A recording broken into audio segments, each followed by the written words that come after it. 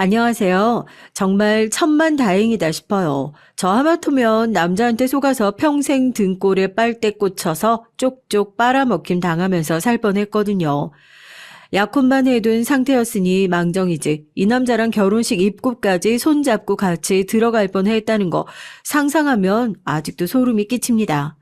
이래서 다른 건 다 믿어도 사람 속은 절대 믿으면 안 된다고 처음 만날 때까지만 하더라도 세상에 이렇게 나랑 모든 면에서 딱 잘 맞고 완벽한 사람이 어디 있을까 싶었는데 하나부터 열까지 다 의도적인 접근을 위해 꾸며낸 모습이라고 생각하니까 너무 역겹고 기가 막히고 하여튼 제 심정이 그래요.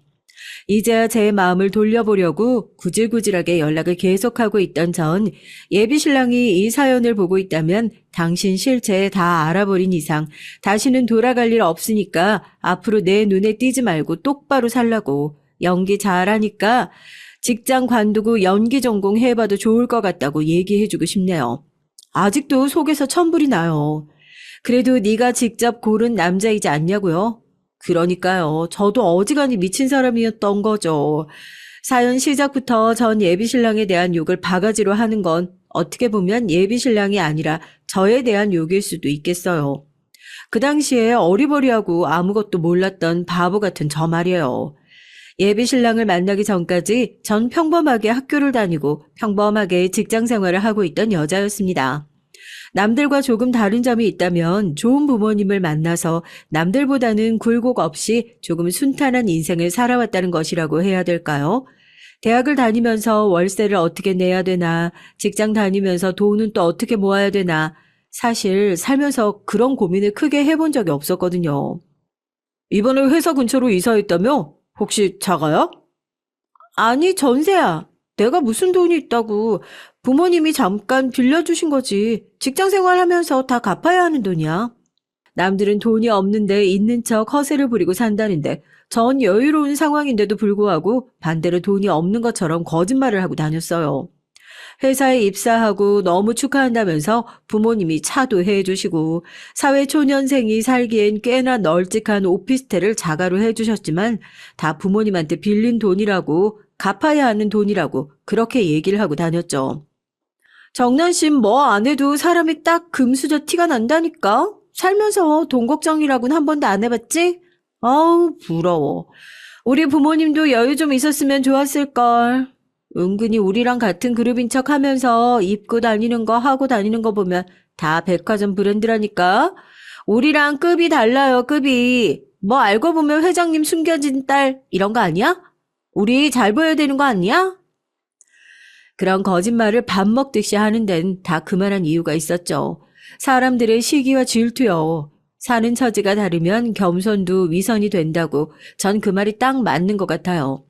뭘 딱히 나서서 자랑한 적도 없는데 본인이 경제적으로 넉넉하지 못한 것을 무기 삼아서 제가 사는 것이 당연하다는 것처럼 너처럼 부모 잘 만난 사람들이 베풀면서 살아줘야 한다는 얘기를 들어보기도 했고요. 은근히 칭찬을 하면서 유지는 그거예요. 나도 너처럼 편안하게 살았으면 좋겠다 하는 거요.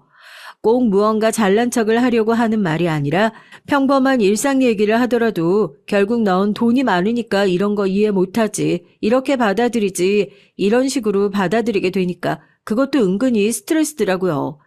그래서 직장을 옮긴 이후엔 차가 있는데도 주말에만 차를 끌고 다니고 그냥 지하철 타니고 출근했어요. 회사에서 괜한 얘기 나오는 것도 싫고 해서요. 저도 이해는 하죠. 제가 싫어서라기보단 사람이라는 게 자연스럽게 내 처지와 남의 처지를 비교하게 될 수밖에 없잖아요. 그러면서 내가 초라하게 느껴지고 마음이 심란해지는 것을 어쩌겠어요. 함께하는 게 불편하다는데 그렇게 나이를 한 살 한 살 먹어갈수록 주변에 남는 사람들이 많지가 않더라고요. 비슷한 형편의 사람들 혹은 나에게 무언가 바라는 사람들 이렇게 딱 부류만 남게 되는 것 같아요.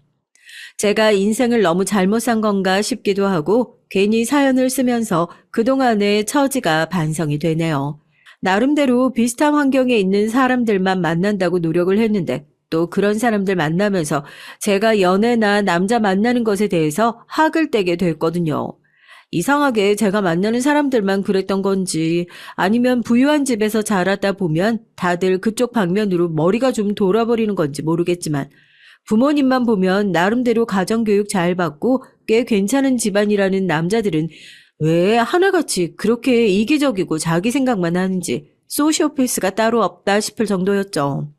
부모님의 소개로 만나게 된 남자가 한 명 있어요. 저도 직장을 잡고 난 이후에 만나게 됐고 나이가 있으니까 결혼 생각이 아예 없었던 건 아니었거든요. 전 남자친구 부모님은 모두 다 의사에 외조부께서는 이선 국회의원까지 지내시는 잘 나가는 집안이었죠. 자기는 피 보는 게 무섭다나요? 말은 그런데 제가 보기엔 성적 못 맞춰서 의대는 못 간 것 같고 대기업 다니던 사람이었는데 처음 만났을 때부터 가난에 대한 멸시가 기본적으로 깔려있는 사람이었죠. 첫 만남을 호텔 레스토랑에서 가졌어요. 대화할 땐 이상한 게 없어 보였죠. 가정교육 잘 받은 티가 나고 전 이상하게 식사 매너 안 좋은 사람들이랑 같이 밥 먹는 게 힘들거든요. 상대방 배려 안 하고 밥을 너무 빨리 먹는다든지 식사 중에 쩝쩝거리는 소리를 너무 크게 내면서 먹는다든지 남이 먹던 그릇에 숟가락 푹푹 넣어서 먹는다든지 그런 것들 있잖아요. 은연중에 그런 행동도 안 보이고 그래 사람 참 괜찮구나 싶었죠. 얘기를 해보니까 어렸을 때 유학 다녀온 동네도 비슷하고 대화 주제도 통하는 것 같고 느낌이 나쁘지 않다 싶었는데 상대방도 그랬나 봐요. 진지하게 몇 년 더 만나보는 게 어떠냐 얘기를 하더라고요. 저도 흔쾌히 그러자고 정말 좋은 분위기에서 식사 자리가 마무리되고 차를 타려고 주차장으로 내려가는데 엘리베이터에서 배달 기사님이 함께 탔어요. 아마 식당에서 식재료 배달을 하고 내려오시는 길인 것 같던데 갑자기 말을 걸더라고요. 어디서 내려오시는 길이냐고. 기사님이 호텔 레스토랑에서 내려오는 길이라고 하니까 아 그러시냐고. 그러더니 1층에서 내려오자마자 레스토랑으로 전화를 해요. 왜 그러냐고 하고 지켜보고 있으니까 버럭 화를 내더라고요. 어떻게 배달 기사랑 손님이랑 같은 엘리베이터를 이용할 수 있냐고요. 여기 드나드는 고객들이 어떤 사람들인지 뻔히 알면서 지금 개구멍으로 드나들라고 했던 거냐면서. 표정 하나 안 바뀌고 전화기에 대고 그렇게 버럭버럭 화를 내고는 아무 일도 없었다는 듯이 저한테 실례했다고 원래 이런 곳이 아닌데 요즘 관리가 소홀한 것 같다면서 차 문을 열어주는데 진짜 소름 끼치는 거 있죠? 대체 이 사람은 집에서 뭘 배워먹었나 싶고 저 거기서 차 안 타고 그냥 정중히 저희는 잘 안 맞는 것 같다고 시간 낭비하게 만들어서 죄송하다고 인사하고 돌아왔잖아요. 집에 돌아와서 부모님께 얘기하니까 부모님도 그런 사람인 줄 몰랐다고 뜨악하시더라고요. 아니나 다를까 그 남자의 의사 부모님 얼마 안 지나서 병원 내 갑질 논란으로 기사 잠깐 떴다가 돈으로 잘 막았는지 금방 잠잠해지는 거 보고 나 저 집에 시집 갔으면 내가 엘리베이터 같이 탔던 기사님처럼 막말을 들었을 수도 있겠구나 싶어 가슴이 철렁하더라니까요. 세상에 참 미친놈 많다 싶었죠. 그런데 왜 하필이면 그 미친놈이 저한테만 꼬이는 건죠.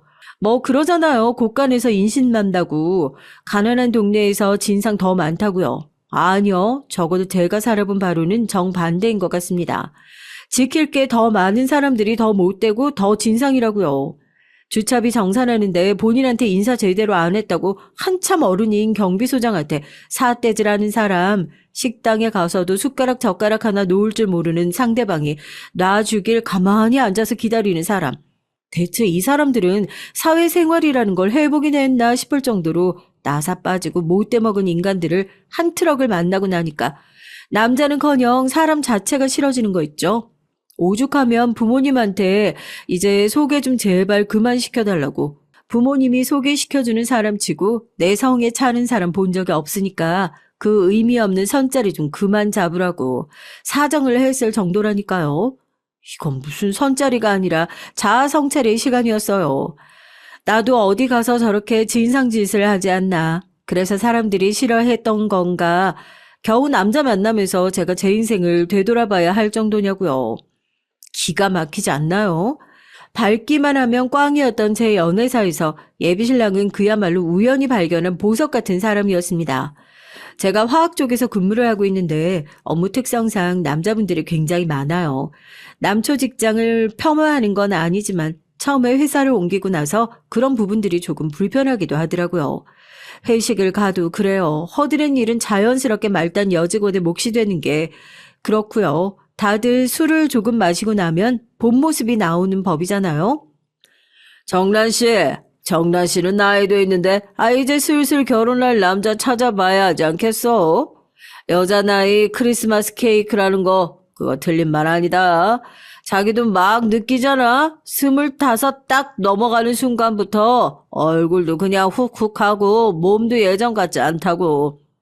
요즘 여자들 이것저것 재고 따지고 한다고 결혼도 늦게 하고 뭐 애도 안 낳고 이러는데 그거 나중에 나이 조금만 먹잖아? 다 후회한다.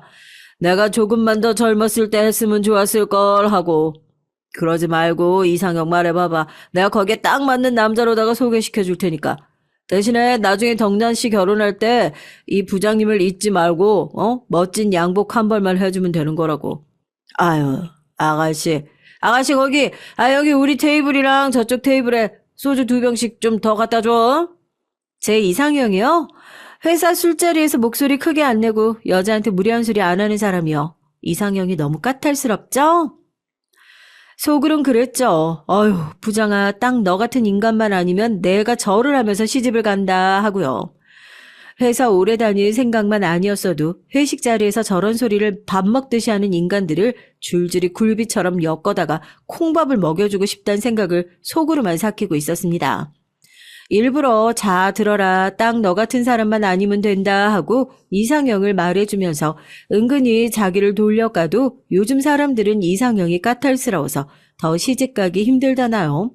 이번엔 눈을 낮춰야 한다 뭐 어쩐다 또 듣기 싫은 소리를 시작하기에 또 시작이네 또 시작이야 하고 있었어요. 사장님 죄송한데 여기 소주 한 병만 더 갖다 주시겠어요? 그때 예비 신랑을 제가 딱 보게 된 거예요. 다들 아가씨 여기저기 부를 때 혼자서 사장님 하면서 깍듯하게 예의를 갖춰 부르고 공손하게 두 손으로 부르짖고 짓궂은 상사들이 여직원들에게 술 한잔 따라봐라 농담이라도 하면 질색하고 요즘에 그런 농담 하시면 큰일 난다 하면서 본인이 꼭 따라드리고 싶었다. 기분 나쁘지 않게 분위기를 푸는 게 눈에 확 들어오더라고요. 나이 차이도 얼마 안 나는 것 같고 외모도 잘생겼다 싶어서 옆자리에 앉아있는 직원한테 누구냐고 물어보니까 회사에 들어온 지 얼마 안 된 3년짜리 계약직 직원이라고 하더라고요. 그때부터 눈길이 가서 지켜봤는데 사람이 꽤나 괜찮은 것 같았어요. 직접적으로 말을 섞어본 적은 없었지만 회식 때마다 저렇게 직원들 방어는 기본이고 멀리서 사는 직원들 차비까지 다 챙겨주는 회사에서 평판 좋은 직원이랍니다. 솔직히 첫눈에 반했다고 해야 맞을 것 같아요. 결혼도 아직 안 했는데 연애한다는 얘기도 한번 못 들어봤고 그래서 한때 남자 좋아하는 거 아니냐는 웃기는 소문도 돌았던 적이 있답니다. 여자 관계까지 깔끔하구나 싶어서 친했던 그 부서 과장님에게 자리 좀 마련해달라 조르고 졸라서 겨우 셋이서 식사 자리를 잡았어요. 왜 괜히 그런 소문이 났는지 알겠더라고요. 어찌나 매너가 좋고 상대방한테 실수하지 않으려고 깍듯하게 배려를 하는지 같이 밥 먹었던 과장님 너 이 정도면 대차게 까인 거 아니냐고 놀렸는데도 오히려 더 좋아져서 그때부터 몇 개월을 혼자 그렇게 쫓아다녔다니까요. 분명히 상대도 마음은 있는 것 같은데 계속 밀어내는 것처럼 보이니까 사람 심리라는 게 더 안달이 날 수밖에 없잖아요. 그렇게 끈질기게 쫓아다녀서 연애를 하게 됐죠. 그때 한동안 회사에서 친했던 사람들이랑 제가 잠깐 멀어졌던 일이 있었는데요. 뭐 연예인도 아니고 대놓고 우리 둘이 사귀었다고 하고 돌아다닌 건 아니지만 굳이 숨긴 일도 아니다 싶어서 아는 사람은 저희 사이에 대해서 다 알고 있었거든요. 사귄다는 얘기를 듣고 다들 기뻐하고 축하해 줄 줄 알았는데 제 예상과 달리 걱정스러운 눈빛을 보냈다고 해야 되나요? 저랑 친하게 지냈던 몇몇 직원들은 심지어 예비신랑에 대해 안 좋은 얘기까지 하면서 사람을 깎아내리려고까지 하는 그런 느낌이라서 솔직히 마음이 좋지 않았어요. 정나나, 내가 이제 막 연애 시작하는 애 붙들고 이런 얘기 할까 말까 하다가 아무리 그래도 얘기하는 게 맞다 싶어서 너 저 사람이랑 그냥 연애만 해. 결혼을 하지 말고 아무래도 들리는 소문도 그렇고 영 찝찝해서 네가 지금이야 눈에 콩깍지가 씌어서 운명의 짝이라도 만난 것 같은 기분 들겠지만 난 영 마음에 걸려가지고 너 동민 씨 만나기 전부터 동민 씨가 네 얘기 사람들한테 물어보고 다녔다고 하더라고.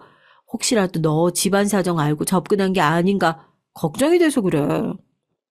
어느 날 갑자기 제 눈앞에 짠 하고 나타난 운명의 상대가 아닐 수도 있다는 사실에 실망을 하기도 했었지만 그렇다고 제 환경을 보고 접근했다는 얘기는 더더욱 믿을 수가 없었죠. 그동안 옆에서 봐온 모습이 있는데요. 그때는 연애에 정말 눈이 멀어 있어가지고 늘 그랬던 것처럼 사람들이 저희 사이에 괜한 시기와 질투심으로 흠집을 내는 거라 생각했습니다. 어떻게 사람을 제대로 알지도 못하면서 그런 소리를 할 수 있냐. 함부로 얘기하지 말아라. 제가 나서서 예비 신랑을 변호하고 다녔으니까요. 저도 웃긴 게요. 굳게 믿는다 얘기를 해놓고선 주변 사람들이 계속해서 그런 얘기를 하니까 마음 한구석이 혹시나 그러면 어떡하지 하는 은근히 불안한 마음이 있었던 것 같아요. 예비 신랑한테 혹시 나 만나기 전에 회사 사람들한테 나나 우리 집에 대해 물어보고 다닌 적이 있었냐 은근슬쩍 떠보기도 했죠. 오히려 자기가 저에 대해 물어보고 다닌 걸 들켰냐면서 머쓱해 하더라고요. 사실 자기도 관심이 있어서 사람들한테 물어봤던 건데 그게 사람들 사이에서는 오해를 불러일으킬 줄 몰랐다고요. 나도 나이를 먹고 나니까 그래도 결혼할 여자인데 어떤 사람인지 알아보고 싶다는 게 얘기가 전달되면서 뭔가 오해가 생긴 모양이네. 나중에 당신 입장에서 들었으면 오해할 수도 있겠다. 그런 건 절대 아니었어. 만나기 전에 어떤 사람인지 알고 싶었을 뿐인데. 미안해. 예비 신랑이요. 말을 정말 청산유수처럼 해요. 얘기를 듣다 보면 꼭 이런 사소한 것으로 의심한 제가 잘못한 것처럼 느끼게끔 오히려 그렇게 얘기를 한다니까요. 제가 알거지가 된다고 하더라도 자기는 제 옆에 있을 거다. 그런 조건 같은 거 보고 결혼할 사람 결정하는 속물이 절대 아니다. 옆에서 연불 수준으로 얘기를 한 통에 저도 판단력이 살짝 흐려졌었는데요.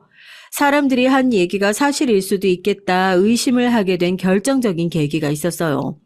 예비 신랑이랑 결혼 준비 시작하면서 제 주변 반응은 싸늘했죠. 그렇게 말렸는데도 기어이 결혼 준비를 하는구나 하는 시선이요. 사람들이 뭐라고 하든지 나만 안 흔들리면 된다는 마음이었는데 양가 부모님 만나서 인사를 하는 자리에서 저도 예비 신랑에 대한 의심이 스멀스멀 피어오르기 시작했던 것 같아요. 자기는 결혼 전에 집에 와서 괜히 인사한답시고 불편한 자리 만드는 거 싫다. 양가 어른 모시고 제대로 결혼 준비 시작했으면 좋겠다 얘기를 하길래 저도 부모님 모시고 상견례 아닌 상견례 자리를 마련하게 됐습니다. 그 자리에서 시부모님들을 처음 뵙게 됐어요. 제 걱정이 무색할 정도로 고상하고 기품 있는 분들이셨죠. 시부모님께서는 직장생활 길게 하시다가 최근에 은퇴하시고 원룸 임대사업 하면서 노후 준비를 하고 계신다고 하시더라고요. 아무래도 예비 신랑이 정규직이 아니라 계약직이다 보니까 처음엔 제가 아무리 좋다고 해도 제 결혼에 대해서 가장 부정적인 입장이셨던 아버지께서도 막상 시부모님과 대화를 하시면서 그래도 꽤 괜찮은 집에서 자랐구나 싶어 마음이 조금은 놓이셨던 것 같아요. 요즘 임대업이 쉽지는 않을 텐데 고생이 많으십니다. 저도 기름밥 먹고 살고 있지만 은퇴하고 임대업 쪽을 생각하고 있어서 이거 제가 많이 배워야겠어요. 자네도 부모님께 일을 배워보면 좋을 텐데 말이야. 주말엔 집에 내려가서 일도 좀 배우고 그러지 그래? 아무래도 집이 멀다 보니까 마음 같아선 자주 가고 싶은데 쉽지가 않네요. 아유, 말이라고요. 안 그래도 자주 와서 도와주는, 저는 자주 와서 도와준다고 생각하는데 저희 아들이 오죽 효자여야죠. 결혼하려면 효자 안 된다고 그렇게 얘기를 하는데도 그런다니까요. 이제 주말에 집에 올 생각 말고 나가서 데이트나 해야지. 순간 레스토랑에서 즐겁게 대화를 나누던 분위기가 싸하게 얼어붙었습니다. 뭔가 말이 묘하게 엇갈리고 예비 시어머니가 이를 황급히 무마하려는 듯한 느낌을 지울 수가 없더라고요. 예비 신랑은 웃으면서도 해드린 것도 없는데 꼭 이렇게 다 같이 있는 자리에서 아들 추켜 세우기 바쁘시다고 수습했지만 어쩐지 쎄한 느낌을 지울 수가 없었어요. 자리가 끝나고 아버지가 저를 따로 조용히 부르시더라고요. 아버지가 그동안 여러 사람을 봐왔지만 아무래도 좀 찝찝한 구석이 있으니까 결혼은 시간을 두고 천천히 결정을 해도 늦지 않겠다면서요. 평소 같았으면 저도 아버지한테 그럴 사람이 아니다, 뭔가 오해하셨을 거다 얘기를 했겠지만 저도 알겠다고 아버지가 걱정하시는 것처럼 섣불리 행동하지 않겠다 얘기를 하고 말았었죠. 그래도 자리는 자리인 만큼 멀리서 오신 예비 시부모님을 배웅하려고 찾고 있는데 구석에서 예비 신랑이 예비 시부모님께 봉투를 꺼내서 전해주는 모습을 보게도 했어요. 거기서 뭔가 의심의 무게가 실리게 된 것 같습니다. 정말 말도 안 되는 생각일 수 있지만 아들에 대해서 제대로 알고 있지 못하던 저분들이 진짜 부모님이 아닐 수도 있겠다는 그런 의심이요. 지금 뭐 하고 있는 거야? 아, 이제 가신다고 하셔서 인사드려. 멀리서 오셨으니까 차비라도 따로 챙겨야지. 이거 예비 며느리가 챙겨드리는 거예요. 다음 달에 여행 가신다고 해서 넉넉하게 넣었어요. 이렇게 마음 씀씀이가 좋은 사람이라니까요. 제가 그렇게 안 챙겨도 된다고 얘기했는데. 예비 신랑은 차비를 챙겨드리고 있었던 거라면서 자기가 준비한 봉투를 마치 제가 준비했던 것처럼 얘기를 해주더라고요. 시부모님에게 점수를 딸 수 있게 배려했다 얘기를 하는 것처럼요. 저도 멀리서 오셨을 텐데 피곤하시겠다고 다음 달에 여행 잘 다녀오시라고 그냥 그렇게 얘기를 하고 두 분을 택시 타는 곳까지 배웅해드리고 보냈습니다. 저렇게 나를 배려해주는 사람인데 괜한 의심을 하는 건가 싶어 찝찝한 마음 반, 아무리 생각해도 미심쩍은 구석이 한두 개가 아니라서 의심의 끈을 놓지 못하겠다는 마음 반, 결혼 얘기가 오가고 있는 여자의 마음속으로 할 생각은 아니다 싶었죠.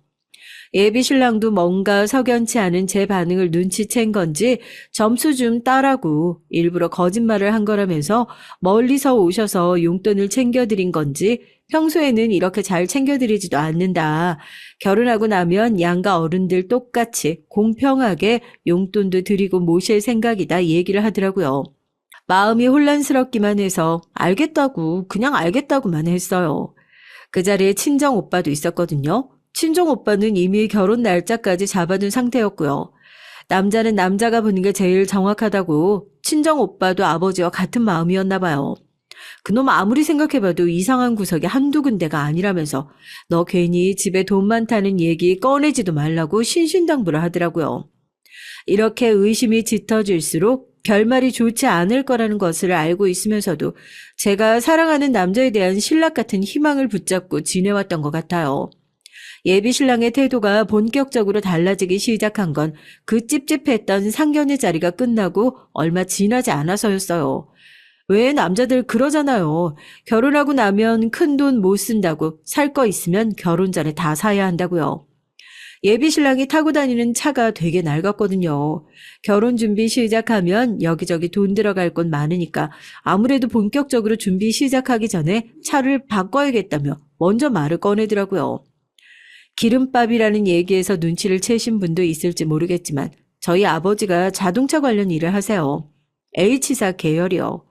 집안에 대한 얘기는 최대한 하지 말라는 친정오빠 얘기도 깜빡하고 차를 바꾼다는 얘기에 저도 모르게 자연스럽게 말을 한 거 있죠? 그래? H사로 알아보고 있는 거 아니야?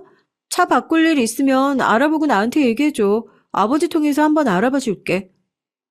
왜? 아버지 통해서 차 구매하면 뭐 할인받을 수 있는 게 있어? 예비 신랑이 반대로 저한테 그렇게 물어보니까 아차 싶더라고요. 괜한 얘기를 꺼냈다 싶기도 하고요. 제가 살아오면서 밥 먹듯이 했던 거짓말 있잖아요. 진정으로 사랑하는 사람이 생기면 굳이 내가 가진 것을 숨길 필요가 없어지겠구나 생각했는데 이렇게 저도 모르게 자연스레 거짓말을 하게 되는 걸 보니 이 사람에 대한 마음이 진심이었나 제 마음조차 의심이 됐습니다. 이 사람한테 내가 가진 모든 것을 드러내면 안 될 것 같다는 본능적인 감각에 그랬죠. 아니, 할인은 아니고 우리 아버지 연말까지 차량 판매 실적 올려드려야 돼서 그래도 가족들 사이인데 그 정도는 도와줄 수 있잖아. 안 그래도 나도 아버지 실적 때문에 차량 구매할까 고민하고 있었는데 당신 구매한다고 그러니까 잘 됐다 싶어서.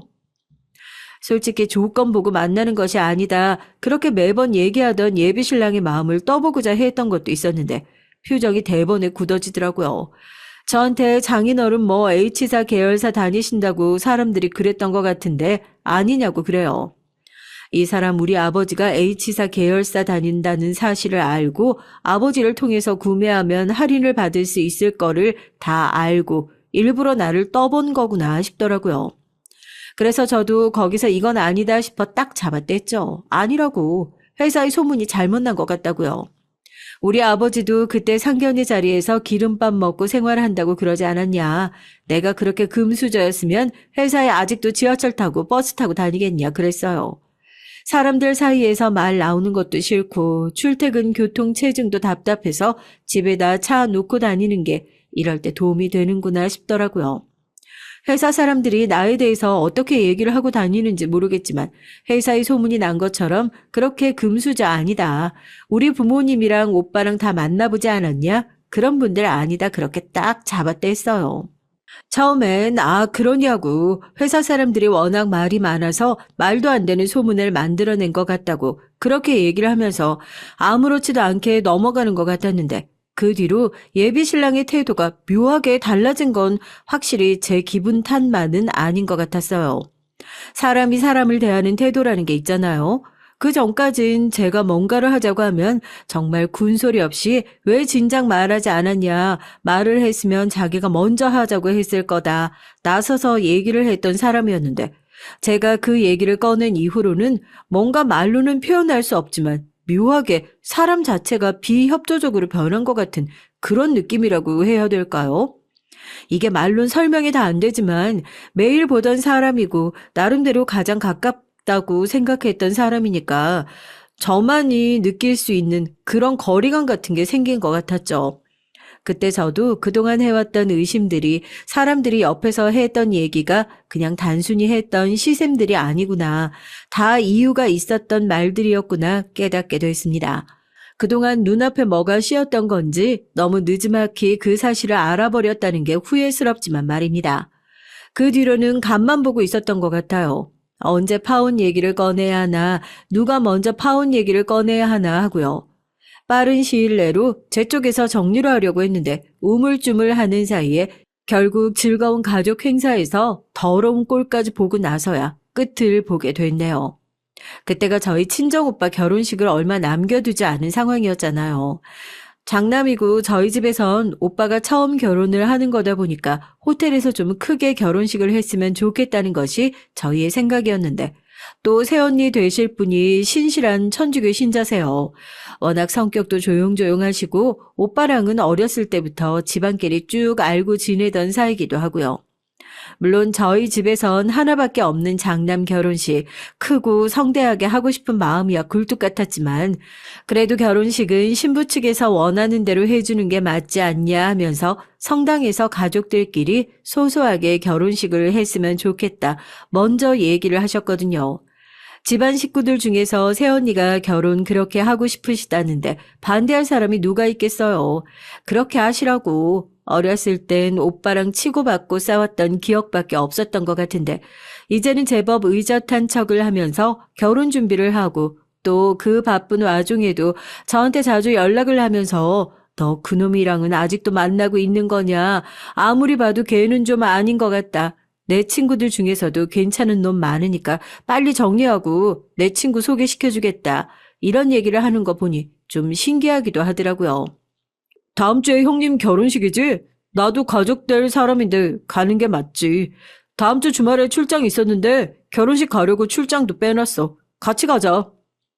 한동안 좀 시들해졌던 것 같은 예비신랑이 저한테 먼저 결혼식에 같이 가자고 얘기를 꺼내더라고요. 솔직하게 말씀드리면 이건 또 무슨 꿍꿍인가 했어요. 전 처음에 결혼식에 데리고 갈 생각도 없었거든요.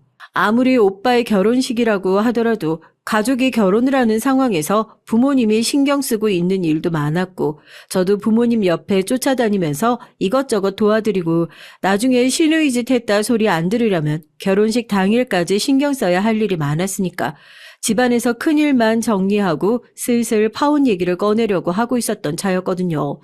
그런데 갑자기 대뜸 결혼식에 가겠다고 얘기를 하니까 제 입장에선 당연히 의아할 수밖에 없었죠. 오빠 결혼식이긴 한데 바쁘면 굳이 참석 안 해도 괜찮아. 그날 출장도 있다며 출장까지 무리하게 빼가면서 올 필요는 없을 것 같은데? 세연이 되실 분이 원하셔서 가족끼리 조용하게 결혼식 할 예정이기도 하고, 그래서 손님들도 그렇게 많이 안 오고 조용하게 할 거야. 사람 몇 명 없는 걸로는 티도 안 날 거라서 너무 걱정하지 않아도 괜찮아. 너 같은 거 한 사람 안 와도 티도 안 난다. 제 주 특기잖아요. 돌려서 얘기하고 거절하는 거요. 그런데 눈치가 없는 건지 아니면 없는 척을 하는 건지 몰라도 어떻게 그러냐. 결혼식은 원래 품앗이다. 이렇게 먼저 가줘야 나중에 우리 결혼식에도 마음 편하게 부를 수 있다. 이런 얘기를 하면서 굳이 결혼식에 꼭 참석하겠다 얘기를 하더라고요. 아무리 그래도 약혼까지 한 사이인데 우리 가족들끼리 조용히 결혼식 할 거니까 결혼식엔 참석 안 해줬으면 좋겠어. 딱 잘라서 거절하기도 애매한 상황이잖아요. 그래서 어쩔 수 없이 그렇게 예비 신랑과 함께 결혼식에 참석하게 됐습니다. 가족들한테도 미리 얘기를 했죠. 결혼식이 끝나고 나면 파혼 통보하고 정리할 생각이었는데 어쩌다 보니 이번 결혼식까지 같이 참석을 하게 될 것 같다고요. 어차피 헤어질 사이니까 친척들한테 얼굴 보여주는 것도 별로 원하지 않았는데 오빠 결혼식이 아니라도 도살장에 끌려가는 소 같은 기분이 들더군요. 오히려 오빠가 저를 위로해 줬어요. 처갓집이나 친척들한텐 본인이 잘 얘기를 해둘 테니까 신경 쓰지 말고 와서 조용히 밥이나 먹고 가라면서요. 괜히 결혼식 당사자한테 폐를 끼치는 것 같아 미안하기도 했죠.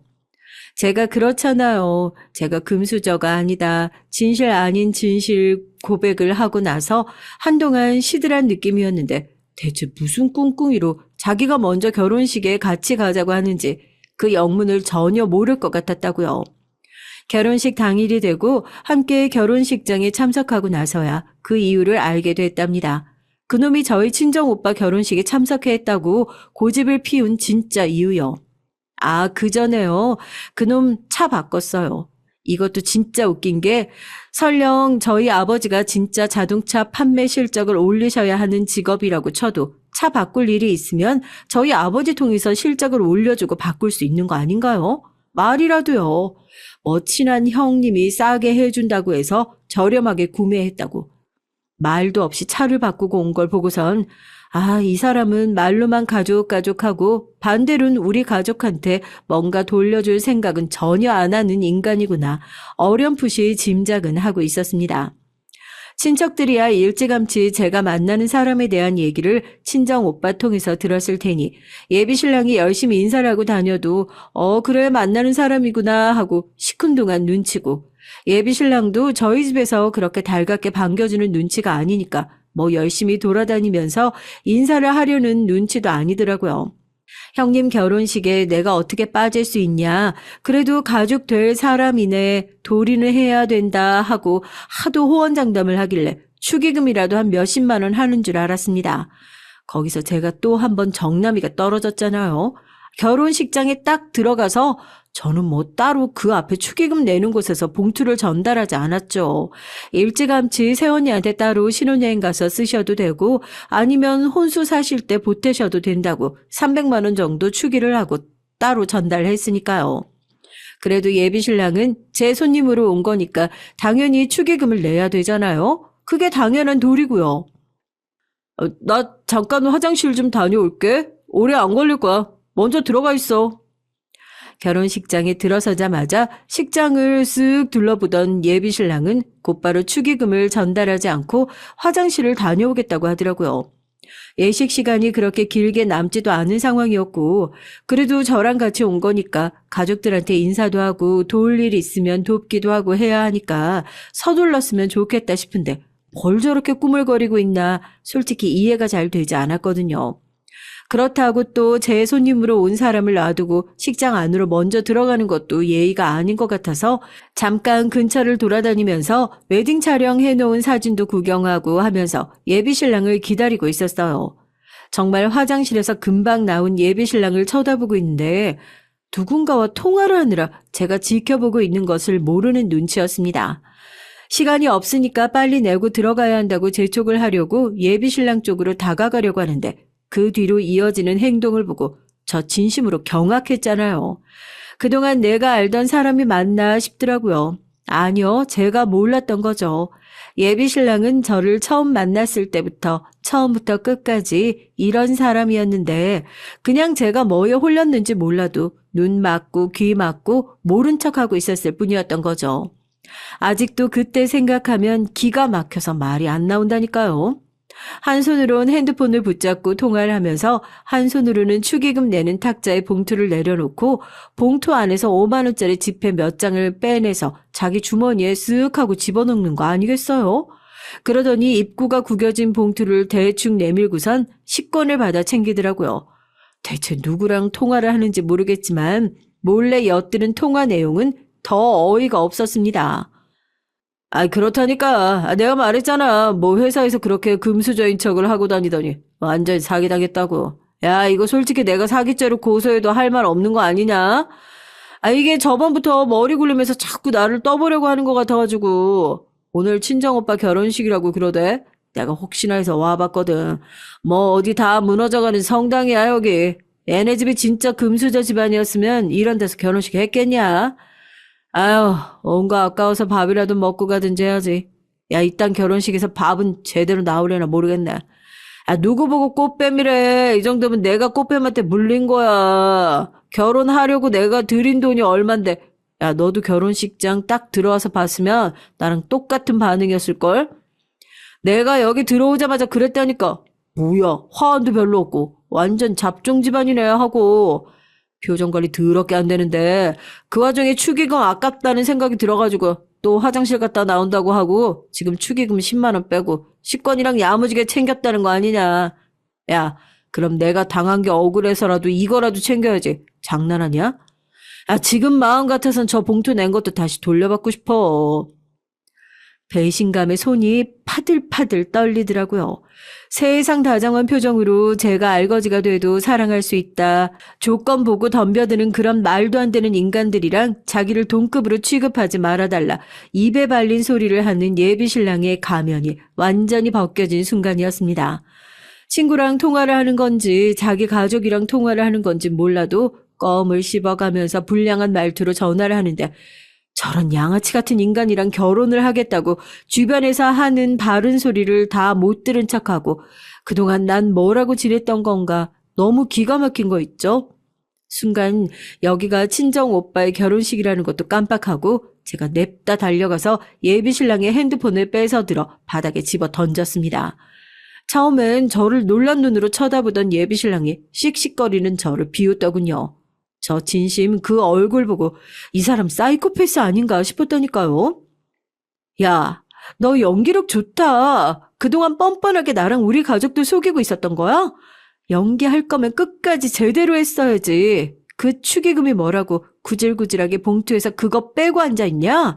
이래서 거지들이랑은 상종도 하는 게 아닌데. 이게 미쳤나? 거지는 누가 거지야? 오늘 결혼식장 와보니까 니네 집구석이 거지구만.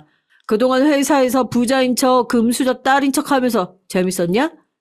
그것도 남자 꼬드기라고 했던 거 아니야. 야, 너 때문에 내가 들인 돈이 얼만 줄 알아? 지금 마음 같아선 너 때문에 상견례 대행 아르바이트 썼던 돈까지 싹 다 청구하고 싶은데 참고 있는 줄 알아.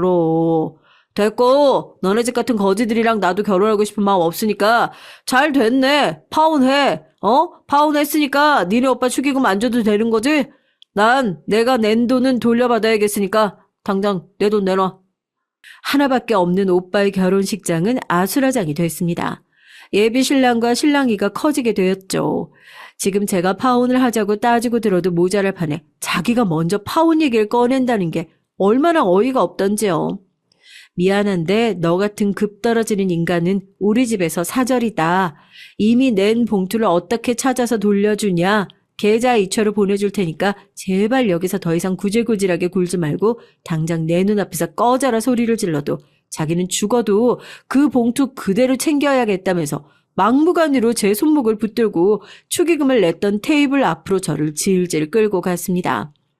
오빠랑 세연이를 제가 무슨 낯으로 보겠어요. 하나밖에 없는 가족의 소중한 결혼식인데 저 때문에 이런 소란을 만든 것이 너무 미안하기도 하고 여기서 더 이상 일을 시끄럽게 만들고 싶지 않아서 최대한 조용히 되돌려 보낼 생각이었는데 자기도 자존심이 상한 건지 굳이 큰 소리를 내가면서 일을 크게 만드는 것을 보고 진짜 또라이 같은 인간한테 잘못 걸렸다 싶더라고요.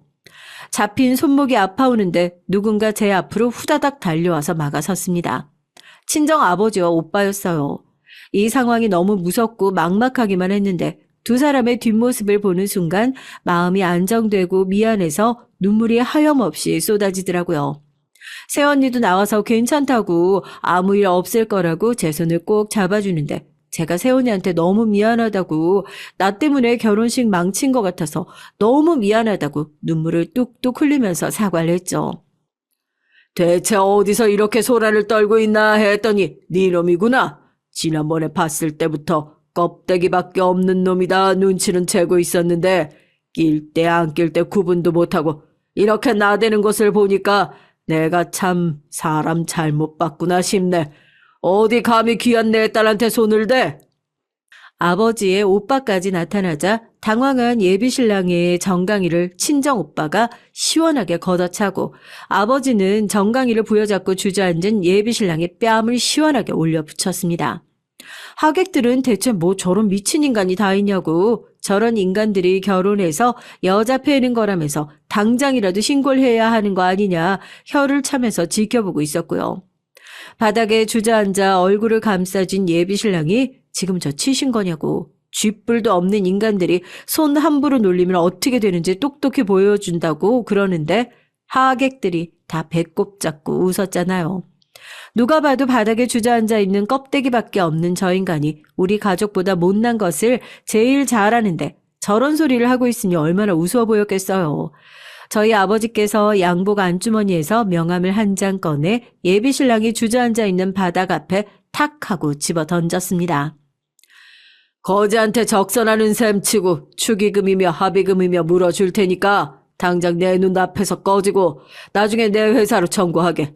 자네가 우리 회사에 축의금 합의금 청구하는 순간 나도 우리 회사에 있는 법무팀 동원해서 오늘 내 아들 결혼식 망친 죄, 내 딸한테 함부로 손댄 죄, 우리 가족의 재산을 탈취할 명목으로 의도적으로 접근한 죄, 그렇게 우리 가족을 기망했던 죄, 니놈 죄를 하나부터 10까지 다 따져볼 테니까. 한심한 놈. 그제서야 정강이를 부여잡고 인상을 쓰고 있던 예비신랑이 바닥에 떨어진 명함을 주워들어 확인했습니다. 믿기지 않는다는 듯이 몇 번이나 눈을 비비고 아버지의 명함을 확인하고 아버지와 저 오빠를 번갈아 가면서 쳐다보더라고요. 이게 말이나 되냐고 이럴 리가 없다고 하는 꼴이 우스워서 실컷 비웃어줬어요. 그러게 왜 제가 거짓말을 할 수밖에 없는 상황을 만드냐고요. 아버지가 집어던진 명함은 선명한 글자로 써 있었거든요. H자동차 계열사의 상무이사요. 이럴 수가 없는데. 아니 분명히 나한테 아버지가 자동차 딜러라고. 당신 금수저 아니라고 그랬잖아. 장인어른도 저한테 상견례 자리에서 기름밥 먹는다고. 당신이 그때 나 차 바꾼다고 했을 때 아버지 차량 판매 실적 올려야 한다고 분명히 그렇게 얘기했잖아. 내가 몇 번이나 물어봤는데 그럼 멀쩡히 잘 사는 집안이면서 여태까지 나한테 거짓말한 거야? 장인어른은 누가 당신 장인어른이야? 이렇게 돈에 눈이 멀어서 접근하게 뻔한 놈인데 그러면 등 훤히 내보이면서 내 등에 빨대 꽂고 호의호식하세요 하는 우리 딸이 설마 그 정도로 호구로 보였나? 아무리 사람을 우습게 봐도 유분수지. 못들하고 서 있어요. 초대받지 않은 미친 사람입니다. 당장 결혼식장 밖으로 끌어내세요. 성당 내에서 우왕좌왕하고 있던 예식 도우미들에게 아버지는 당장 이 사람을 끌어내달라. 예식장에 초대받지 않은 사람이다 얘기를 했고 망연자실해 있던 예비신랑은 그렇게 도우미들 손에 끌려서 예식장 밖으로 질질 끌려 나갔어요. 전 가족들에게 다른 곳도 아니고 오빠의 결혼식장에서 이렇게 무리를 일으켜서 너무 죄송하다고 사돈댁에도 진심으로 고개를 숙여 사과를 했고요.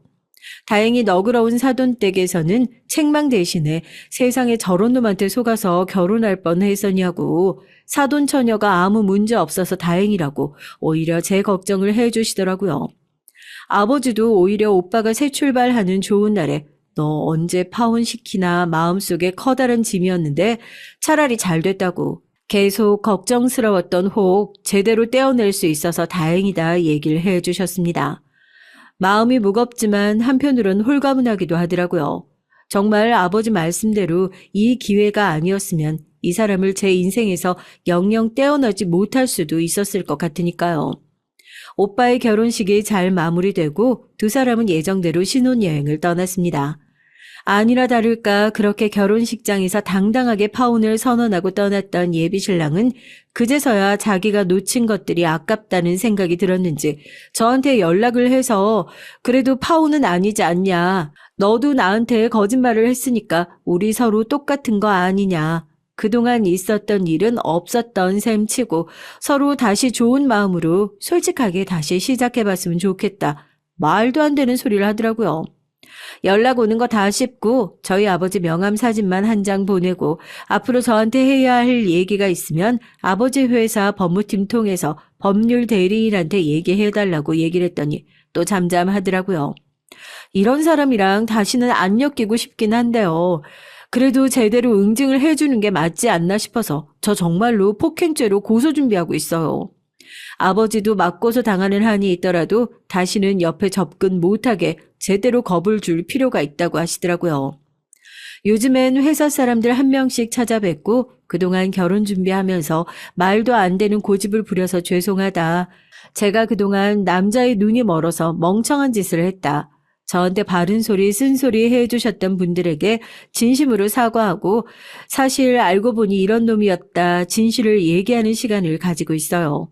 대부분 화를 내기는커녕 절 진심으로 걱정하고 있었다면서 이제서라도 결혼을 깨고 그 미친 인간한테서 벗어날 수 있어서 다행이라고 위로를 해주셔서 참 다행이다 싶어요.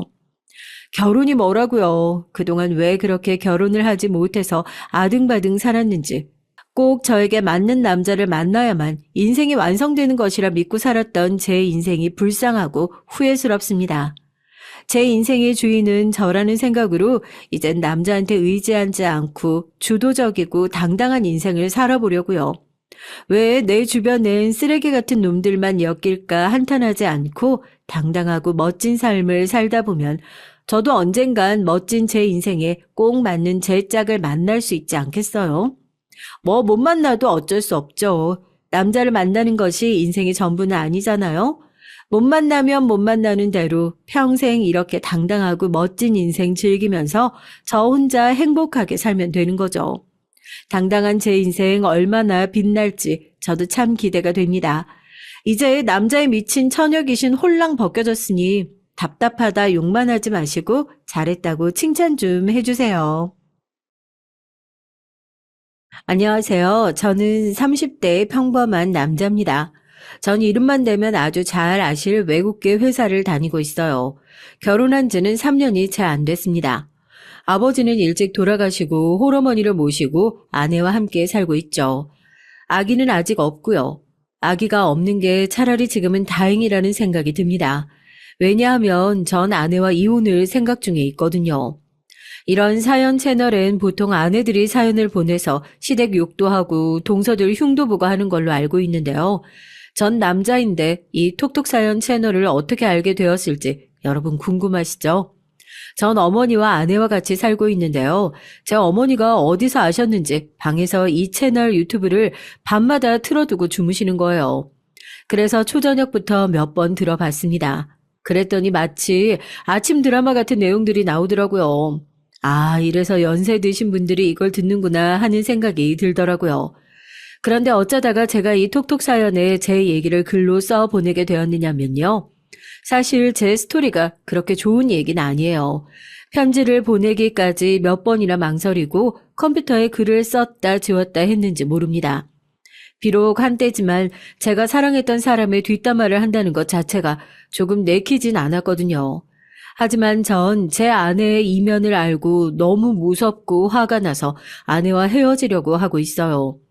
아직 소송 단계까지 가진 않았지만 앞으로 그럴 계획을 하고 있습니다. 이쯤 되면 결혼한 지 3년도 되지 않아서 왜 벌써 이혼을 하려는지 여러분들도 의아하시겠죠. 저도 망설이고 있었습니다만 최근 일어난 일 때문에 더 이상 아내의 얼굴도 보기가 싫어졌어요. 그래서 아내와 이혼을 결심하게 됐습니다. 전 아내를 사내에서 만났어요. 같은 과에서 몇 년간 근무를 하다가 만나서 사귀게 됐고 그 사람에 대해서 모든 걸 다 알고 있다고 생각했거든요. 그러나 연애 때와 결혼 후에 그 사람은 아주 다른 모습이었어요. 보통 여자들이 그런 말들을 하잖아요. 연애할 때 너무 잘해주던 남자가 결혼 후에 이기적으로 못되게 돌변한다고요. 그런데 저 같은 경우는 정반대의 경우였습니다. 연애 땐 나만을 바라보며 천사 같던 아내가 갑자기 돌변을 하더라고요. 그런 아내의 태도 변화가 저한테만 그런 거라면 어떻게든 참고 아내를 달래면서 살고 싶은 마음도 있습니다. 그러나 아내가 막대하고 못되게 군 상대가 다름 아닌 제 홀어머니였기 때문에 전 아내를 용서할 수가 없었어요. 그래서 전 아내에게 복수를 하고 이혼할 결심을 하게 된 겁니다. 그럼 지금부터 저에게 일어난 슬프고 황당한 사건을 자세히 얘기하도록 하겠습니다. 전 서울 강남 출신이에요. 하지만 소위 말하는 부자도 아니고 주류에 속하는 사람은 아닙니다. 저희 어머니는 30대의 청산과부가 되셔서 어린 저 한 사람 바라보고 정말 죽을 힘을 다해 살아오신 분이거든요. 전 아버지는 기억에 없지만 앨범을 보면 사진마다 항상 근엄한 표정을 짓고 계셨어요. 저희 어머니도 어느 때는 아버지가 좀 무서웠다고 하시더군요. 왜냐하면 제 아버지는 경찰관이셨거든요.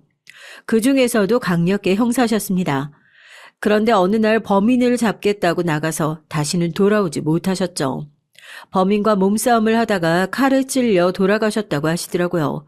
전 그때 30살 때니까 아버지에 대한 기억이 나지 않습니다. 아버지가 돌아가신 후 어머니는 안 해본 일이 없이 고생을 하시면서 어린 저를 키우셨어요. 형편이 넉넉하지 못하니까 전 자주 전학을 다녔고요. 집주인이 월세를 올리면 꼼짝없이 이사를 가야만 했으니까요. 다른 아이들은 초등학교 때부터 동네 친구였으니 전학 간 곳에서 저는 친구를 사귈 수가 없었습니다. 그래서 초등학교, 중학교 때 전 좀 어두운 아이였어요. 그러다가 제가 고등학교를 들어갔을 무렵 어머니는 대치동에 있는 아파트 단지 내에 작은 반찬 가게를 오픈하셨습니다. 그 후부터 이사를 안 가게 되었던 것 같아요. 어머니는 반찬을 만드는 솜씨가 좋으셔서 단골들을 많이 확보하셨어요. 입소문도 나고 다른 아파트에서도 손님들이 반찬 가게를 많이들 와줬습니다. 그래서 전 어머니가 번 돈으로 대치동에서 학원을 다니고 서울에 있는 명문대를 나오게 됐죠. 제 자랑을 하는 건 아니지만 전 현역으로 연대 합격을 했어요. 그랬더니 어머니는 눈물까지 보이시면서 저한테 수고했다고 제가 자랑스럽다고 말씀하셨습니다. 제가 연대에 합격하자 제가 다녔던 학원에도 저의 이름이 걸리고 대치동 내에서도 어머니의 반찬 가게가 소문이 나기 시작했어요. 개천에서 용난집이라고 하면서 말이죠. 고등학교 때 공부를 시작한 것 치곤 머리가 나쁘지 않았는지 연대 영문과에 입학을 하게 됐습니다. 다른 애들이야 재수를 한다고 해도 형편이 넉넉한 집들이 대부분이니 하려고만 하면 얼마든지 할 수 있었겠죠. 하지만 전 대학을 합격했어도 등록금도 제대로 낼 형편이 못 됐답니다. 그래서 더더욱 재수는 꿈도 꿀 수 없었어요. 그렇기 때문에 고등학교 3년 내내 죽어라 공부만 했던 것 같아요. 어쨌든 대학에 들어오고 친구들은 당구장이다, PC방이다, 수능에서 해방된 신입생들의 생활을 만끽했죠. 하지만 전 그럴 시간이 없었습니다. 어머니가 빚을 내서 제 등록금을 주고 계신데 용돈까지 달라고 말할 수는 없었거든요. 그래서 전 학교 앞에서 PC방 알바, 편의점 알바, 당구장 알바를 전전하면서 등록금 외에 제 용돈이나 책값 등을 충당했고요. 그러다 보니 집에는 겨우 잠만 자러 들어왔던 것 같아요. 1학년 때는 제가 명문대를 다니니까 중고등학생의 과외도 많이 들어왔습니다. 그런 알바들은 일주일에 한두 시간 하고 한 달에 거의 100만 원이 넘게 벌었거든요. 그래서 전 처음엔 그게 꿀알바인 줄 알았죠.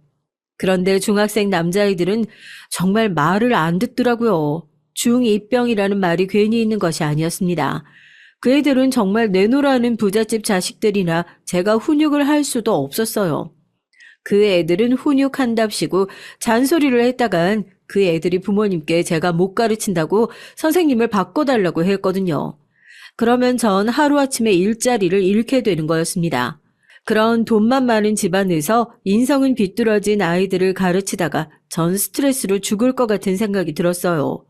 그 후부터 전 과외를 하지 않았습니다. 그러다 1학년 마치고 군대를 갔어요. 저는 최전방 철원의 수송병이었거든요. 수송병은 운전을 잘 해야 하는 거다. 다들 운전면허를 따고 군대를 가죠. 그런데 전 버스 운전면허가 있었습니다. 처음엔 일종 보통을 땄지만 저희 어머니가 나중에 영 할 일 없으면 혹시 버스 운전도 할 수 있으니 대형 면허를 따두라고 하셨거든요. 그래서 부랴부랴 버스 면허를 땄죠. 그 덕에 군대 생활이 조금은 편했다고 볼 수도 있겠네요. 헌데 군대 생활 중에 전 정말 악마 같은 선임에게 걸려서 죽고 싶었던 적이 있었어요. 그 인간은 흔히 말하는 강약 약강 인간이었습니다. 자기보다 힘이 있는 사람에겐 꼼짝도 못하면서 자기 밑에 있는 후임병들에겐 정말 못되게 갈구는 그런 인간 말종이었어요. 그 인간이 상병일 때 전 일병이었는데 일병 때가 가장 치이기 쉬운 때잖아요. 여기서 치이고 저기서 치이는데 밤에 그놈이 따로 불러서 저와 고문관 이병 하나를 그렇게 얼차려를 시키는 겁니다. 잠도 안 재우고요. 그놈이 전역을 할 때까지 우리 내무반의 분위기가 그렇게 좋지 못했어요. 툭 하면 선임하사 몰래 집합을 시키는데 사회 같았으면 정말 패 죽이고 싶더라고요. 그것도 지가 기분 좋을 땐 후임들 과자도 사주고 조금 풀어주다가 갑자기 미친 듯이 꼬투리를 잡아서 엎드려 뻗치라고 하질 않나 안 보이는 대로 끌고 가서 때리기도 했고요. 우리 내무반에서 그놈의 별명이 미친 개였으니 뭐 말 다 했죠. 정말 그 새끼가 전역하면 몰래 찾아가서 복수하고 온다고 밤마다 이를 악물었던 적도 있었습니다. 하지만 뭐 군대에서 나가고 나면 얼굴도 볼 필요 없는 사이이니 참았죠. 그때는 또 참을 수밖에 없었고요. 사고를 쳐봤자 감방 가는 건 저라는 걸 너무 잘 알았기 때문이었습니다. 사실 남성분들은 잘 아시겠지만 군대라는 것이 별 개 같은 꼴을 다 보고 사는 곳이니까요. 그래서 전 병장 달고 나서부터 제 후임병들을 많이 풀어줬어요. 정말 어지간하면 집합도 안 시키고 군대 생활 완전히 편하게 해줬죠. 그러다 보니 제 별명이 예수님이니 부처님 가운데 토막이니 하면서 후임들이 저에게 잘 대해주더라고요. 그때 전 깨닫게 됐습니다. 세상은 사필귀정, 제가 말하는 대로 돌아온다는 걸 말이죠. 그래서 전 그 이후에도 웬만하면 사람들과 부딪히지 않고 웬만하면 어울려 살려고 노력했죠. 그런데 제 아내의 무서운 면을 보고 난 후부턴 인간에 대한 믿음이 없어지고 말았습니다. 이쯤 되면 여러분들도 제 아내가 무슨 짓을 했는지 궁금하실 거라 생각이 돼요. 그 얘기는 조금 후에 하도록 할게요. 그렇게 군대를 제대하고 학교에 복학하고 나서 저는 한 여자아이를 알게 됐어요. 그 아이는 제 첫사랑이었습니다. 제가 복학한 그 학기에 영문과에 들어온 신입생 중 한 명이었던 그 애는 화장기 없는 수수한 얼굴이지만 항상 제 눈엔 후광이 은은하게 비치고 있었죠. 저는 그 여자애를 따라 같은 교양 수업도 듣고 어떻게든 그 애를 한 번이라도 보려고 그 애의 주변을 맴돌았습니다. 모르는 사람이라면 제가 그 애를 스토킹이라도 할 거라고 생각할 정도였어요. 그땐 사람 때문에 수업도 뒷전이었고 눈에 그 애밖에 안 들어왔습니다. 그렇게 한 학기가 지나도록 그저 바라만 보고 있다가 어느 초여름에 전 용기를 쥐어 짜내서 그 애에게 고백을 했습니다. 나 같은 과 3학년 이민호라고 하는데 혹시 남자친구 없으면 우리 사귀어보지 않을래? 선배 정말 죄송한데요. 선배 같은 사람은 제 이상형이 아니라서요. 그 여자 후배는 그 말만 남기고 도망치듯이 제 앞을 떠나고 말았습니다. 그렇게 저의 6개월간의 첫사랑이자 짝사랑은 싱겁게 끝이 나고 말았어요. 첫사랑은 이루어지지 않는 법이라지만 너무 얄짤없이 거절을 당해서인지 더 이상 들이대고 싶은 마음도 들지 않더라고요. 그 후로는 매일 그 여자애를 피해 다녔어요. 너무 쪽팔리고 괴로워서 친구들과 술도 마시고 미팅에 나가보기도 했지만 대학 내에선 더 이상 제 마음에 드는 인연은 없었습니다. 이렇게 된 이상 공부라도 열심히 해서 취업이나 잘하길 바라보는 수밖에 없었죠. 전 잠도 줄여가면서 취업 준비를 하고 스펙을 쌓기 위해 컴퓨터와 영어 관련 자격증을 땄습니다. 그 결과 전 다행히 취업 준비 중에 4학년 2학기에 취업이 됐어요.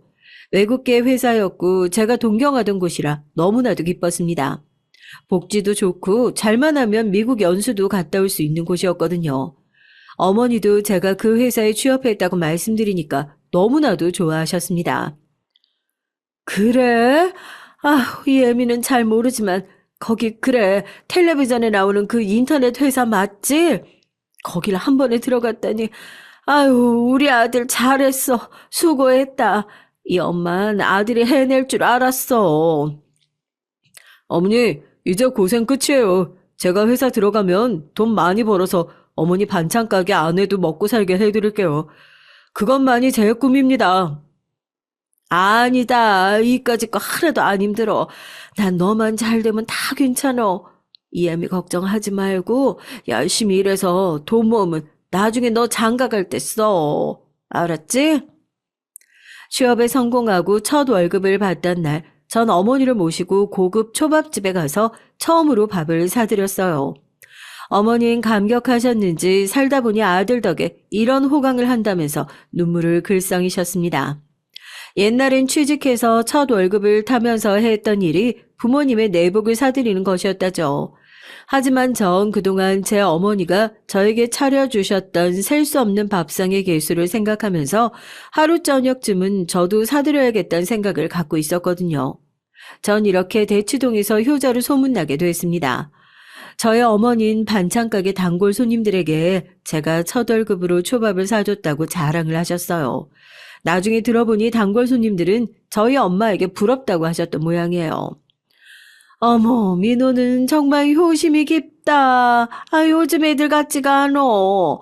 정말 우리 딸이랑 비교되네. 아이고, 우리 딸 첫 월급 타서 지 남자친구 반지 사주던데 말이야. 그러게 말이야. 우리 아들은 아직도 취업 못해서 집에서 백수 노릇하고 있는데 난 진짜 요즘 같아선 민호 엄마가 제일 부러워. 이렇게 전 어머니와 단둘이 살아서인지 유독 어머니와 사이가 좋았어요. 다른 아들들 같으면 사춘기에 엄마한테 반항도 하고 성인이 되면 어머니와 대면대면해지기도 하잖아요. 그런데 전 그런 적이 없었습니다. 항상 어머니를 의지했고 어릴 때는 엄마 말이라면 무조건 들었어요. 그리고 제가 성인이 돼선 어머니가 저를 든든해하고 저에게 많이 의지를 하셨던 것이었습니다. 저희 아버지가 일찍 돌아가셔서 그런 것도 있지만 제 어머니는 어떻게든 저를 부족함 없이 키우려고 노력하셨고요. 저도 아버지 없이 자란 티가 난다는 소리를 끔찍이도 듣기가 싫어서 공부를 열심히 하고 노력한 것도 있거든요. 그러다 보니 저와 어머니 사이는 누가 봐도 좀 각별해 보이긴 했어요. 어쩌다 어머니가 제 옆에서 홍대 거리를 걷고 있으면 엄마가 아니고 큰 누나쯤으로 보인다는 사람들도 있었고 제 어머니는 그런 사람들의 시선을 은근히 좋아하셨어요. 제가 결혼을 하고 나서도 어머니는 저와 함께 장을 본다든지 다음날 가게에서 팔 반찬을 만드시곤 했습니다. 저도 어머니의 일을 돕다 보니 칼질도 저절로 잘하게 되더라고요. 주말엔 가게에서 간단하게 설거지를 하기도 하고 멸치나 나물 볶는 것들 돕기도 했어요. 그런데 아내의 눈엔 그런 것들이 좋지 않게 보였었던 것 같습니다. 아내는 그런 시어머니와 제 사이를 질투하게 됐던 것 같아요. 다시 본론으로 돌아오면 아시다시피 전 회사 생활을 하면서 아내를 만나게 됐습니다. 그때 아내는 저의 팀원이었어요. 저와 3살 차이인 아내는 26살 신입사원이었는데 굉장히 자존심이 센 사람이었거든요. 어느 정도였냐고 물으신다면 아내가 어떤 실수를 했는데 저희 과 과장님이 아내를 한번 혼내면서 이런 말을 하신 적이 있었습니다. 여자가 말이야 능력이 없으면 이런데 직원도 하지 말았어야지. 어쩌자고 자넨 내 얼굴에 먹칠을 했냐고 어? 그 바이어가 어떤 사람인 줄 알아? 우리 회사에 10년 이상 광고 대주는 회사의 대표였다고 그런 사람 전화를 그딴 식으로 받아? 과장님, 제가 잘못 대응한 건 사과드리겠습니다.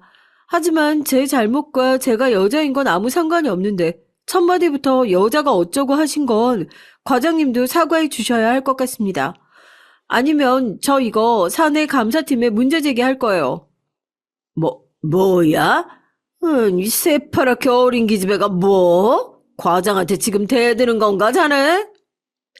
그 과장님은 그때 이런 외국계 회사에 맞지 않게 뼛속까지 꼰대 기질을 드러냈고 그 행동에 아내는 분노 폭발해서 사내 홈페이지에 대나무 숲에 익명으로 그 과장의 만행을 고발해버린 것이었어요. 익명으로 제보를 하긴 했지만 정황상 그건 누가 봐도 아내였거든요. 나중에 그 사실이 밝혀지고 아내는 여사원들의 여왕으로 등극해버린 것이었습니다. 다들 과장님이 너무했다는 등 신입사원인데도 용기가 있다는 등 하면서 아내를 치켜 세워주었죠. 그 사건 이후로 아내의 별명은 페미니스트가 됐어요. 그 별명은 몇몇 남자 사원들이 자기들끼리 아내의 흉을 보면서 붙인 것이었지만요. 그 정도로 저희 아내는 불의를 보면 못 참는 아주 자로잰 듯 반듯한 사람이었습니다. 전 그 당시엔 아내의 그런 용사 같은 모습에 반했던 것인지도 모르겠어요. 전 당장 아내에게 고백을 했습니다. 하지만 아내는 의외로 철벽을 치더라고요.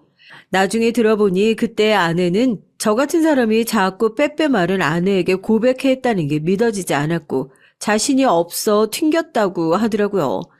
하지만 한번 반해버리면 전 다른 것은 눈에 들어오지도 않았어요. 제가 좋아한 건 아내의 외모가 아니라 성격이었으니까요. 물론 그건 아내의 일부분만을 보고 제 멋대로 판단해버린 것이긴 하지만 말입니다. 전 이번엔 포기하지 않기로 했죠. 그래서 아내를 항상 눈여겨보면서 넌지시 잘 해주었습니다. 아내가 야근을 하고 있으면 맛있는 커피를 갖다 주던지 회의 시간에 PPT 발표도 도와주겠다고 하고요. 마치 사수처럼 신입사원이었던 아내에게 도움을 주면서 제 매력을 어필했던 것 같아요. 그렇게 3개월간 눈에 띄게 아내에게 접근한 결과 아내는 저에게 고백을 받아주겠다고 얘기를 하더라고요. 그러면서 신입이라 아무것도 모르던 아내를 도와주는 사람은 제가 유일했다고 하더라고요. 이민호 씨가 저에게 도움이 되어준 정성을 봐서 사귀어보려고 하는 거예요. 저도 남자가 먼저 고백해온 건 처음이라서 그땐 당황해서 철벽을 쳤죠. 죄송해요. 아니에요. 언젠간 나한테 넘어오게 될 거라고 생각했는걸요, 뭐. 우리 사귀기로 했으니까 존댓말 하지 말자. 그리고 사내 연애는 여러모로 피곤하니까 회사 내에선 우리 사귀는 건 비밀로 할까? 그러자 아는 제 제안에 작게 고개를 끄덕이면서 수줍어했습니다. 불의를 보면 참지 못하고 할 말은 다 하는 사람이 저한테는 수줍어하고 얌전한 성격으로 바뀌는 게 조금 의외이긴 했지만 드센 사람보다는 낫겠지 하고 별로 신경 쓰지 않았어요. 아니, 제 입장에선 그런 갭이 좋았다고 할까요? 남들에겐 강한 사람이 저에겐 약하고 보호 본능을 일으킨다는 점이 좋았어요. 전 점점 아내에게 폭 빠져갔습니다. 주말마다 데이트를 위해 서울 시내에서 안 간 곳이 없었어요. 한강이나 서울 근교의 공원, 맛있는 빵이 많은 카페 등등 전 아내에게 온 정성을 다했습니다. 그럴 때마다 아내는 조용히 웃어주고 제 말에 공감도 많이 해줬어요. 그랬기 때문에 전 아내의 본성을 전혀 모른 채로 결혼을 했습니다. 연애할 땐 아마 아내가 제게 내숭을 떨었다고 생각이 되네요. 그렇게 2년간 사내 커플로 비밀 연애를 하던 어느 날 저와 아내는 사내에 사귀는 것을 들켜버리고 저희들은 공인 커플이 되어 빨리 결혼을 하려는 회사 동료들의 압박에 시달려야만 했습니다. 다들 아시잖아요. 사내에서 결혼 아니면 그 끝은 이별이고 전 아내와 죽어도 이별은 할 수 없었기 때문에 아내에게 프로포즈를 하고 결혼 날짜를 잡았습니다. 아내는 제가 반지를 주던 날 눈물을 흘리며 기뻐했어요. 지금 와서 인정하고 싶진 않지만 전 정말 정석적인 프로포즈를 했습니다. 300만 원이 넘는 다이아 반지를 주면서 프로포즈를 했으니까요. 그리고 그 반지를 약지에 끼고 나타난 아내는 우리 팀 내에서 갑자기 여직원들의 부러움의 대상이 되었던 기억이 납니다. 이것 좀 봐, 주희 씨. 이렇게 큰 다이아몬드 남친한테 받아봤어? 다이아 반지 주면서 프로포즈하는 남자가 내 로망이었는데 나 이제 정말 죽어도 좋아. 어머, 희영 씨 부럽다, 정말. 그래서 언제 결혼하는 거야? 상견례 했어? 상견례 다음 달에 잡았어. 우리 민호 씨랑 결혼하는 거 나 아직도 떨리고 설레서 안 믿겨. 어떡해? 상견례도 별 탈 없이 지나가고 저와 아내는 주말마다 결혼 준비를 했어요. 결혼 준비할 때 대부분의 커플들이 결혼이 깨질 만큼 싸운다고 하던데 저희는 그런 것도 전혀 없었습니다. 저는 혼수가 뭐가 좋을지도 몰랐고 관심도 별로 없었기에 대부분의 선택은 아내에게 맡겼거든요. 남자들이 뭔가 아는 척하고 예비 신부와 하나 둘씩 대립을 하다 보면 결혼 못할 수도 있잖아요. 아내는 가전 가구를 마음대로 고를 수 있게 되자 너무나도 좋아했습니다. 그런데 문제는 저희 신혼집이었어요. 처음에 결혼을 하기로 한 후 아내는 저와 엄마가 살던 빌라에 들어와서 살기로 했습니다. 그러나 곧 아내는 티나게 그 집이 좁다는 둥, 살기 불편할 것 같다는 둥 불평을 해댔죠. 그것도 웃는 얼굴로 그런 말을 하니 제가 싫은 소리를 할 수도 없었습니다. 예를 들면 아내는 저에게 이런 말을 하는 거였어요. 아니 희영아, 처음엔 그냥 우리 집에 자기만 짐 싸가지고 들어와도 된다면서. 그런데 왜 갑자기 이사를 가자는 거야? 우리 엄마 반찬 가게 근처에 살아야 해서 이사는 못 가. 그래도 어머니 방 하나 우리 안방 외에 옷방이나 다른 공간 하나는 더 있어야 하는 거 아니에요?